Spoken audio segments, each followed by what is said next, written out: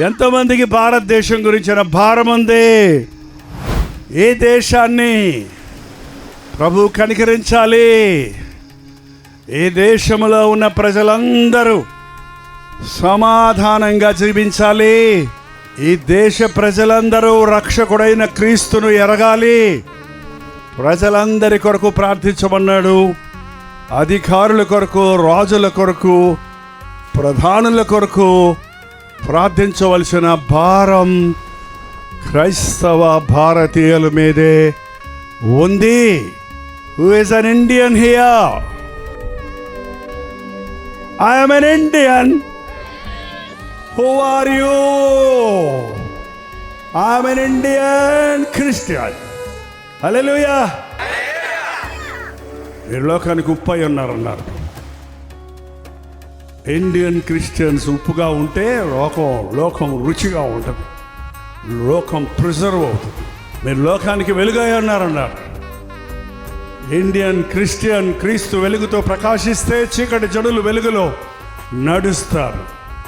దేవా, నన్ను ఒక నిజ క్రైస్తవుడిగా చేయి, నాదొక మంచి పౌరుడిగా చేయి, నన్ను నీతి న్యాయాలు అనుసరించే క్రీస్తు బిడ్డగా చేయని ప్రభుని అడుగుదామా?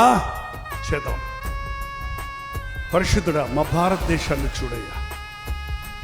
80 సంవత్సరాల స్వతంత్ర దినోత్సవం జరిపించుకున్న ఈ సందర్భంగా ఈ దేశము పురోభివృద్ధి చెందిందని చెప్పుకోవడానికి ఎన్నో విషయాలు ఉన్నందుకై నీకు వందనములయ్యా.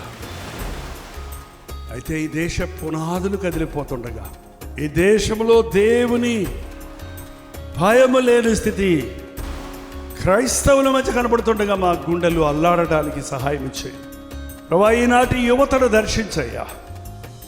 They have got enough capacity, enough talents Lord, enough strength of God.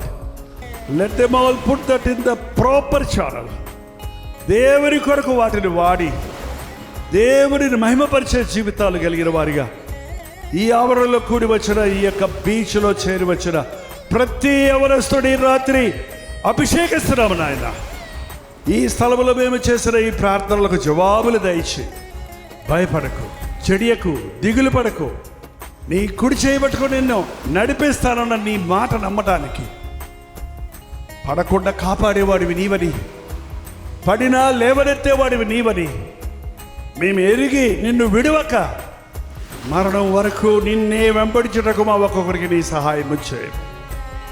ఈ సమయాన్ని మాకు దీవించమని క్రీస్తు నామములో అడుగుచున్నాను తండ్రి. ఆమేన్, ఆమేన్.